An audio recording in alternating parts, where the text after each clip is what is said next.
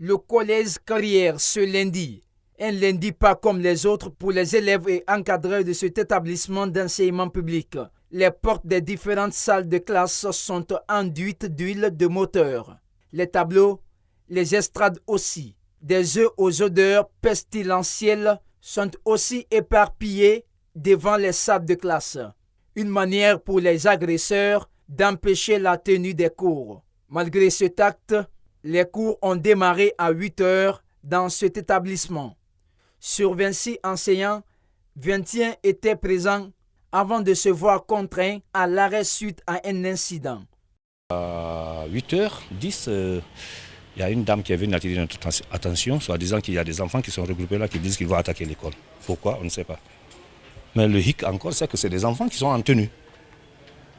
Ils sont en tenue, c'est des élèves bien sûr.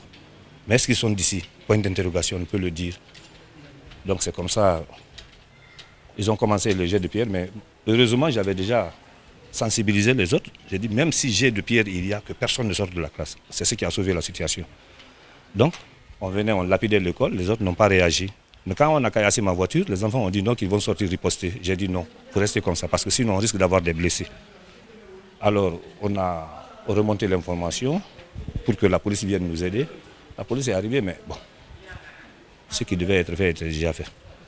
Cette partie de la clôture cassée aurait servi de lieu d'infiltration pour le groupe d'élèves inconnus venus déloger leurs camarades à coups de jets de pierre. Conséquence, des fenêtres endommagées, le pare-brise du véhicule du principal brisé, en plus de l'arrêt des cours.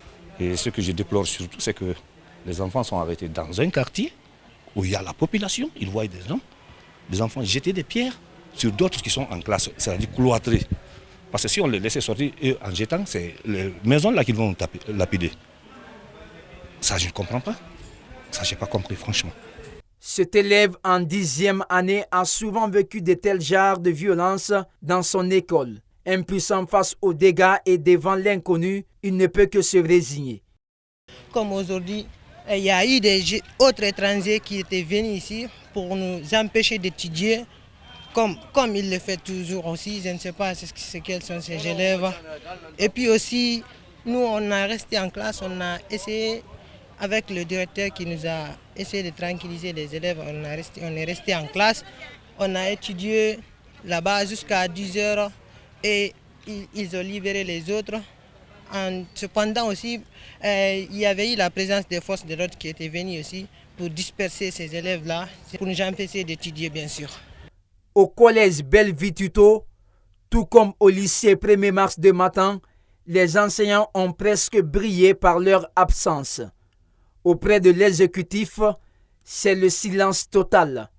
Dans tous les établissements d'enseignement public, ordre est donné de refuser toute interview sans une autorisation officielle.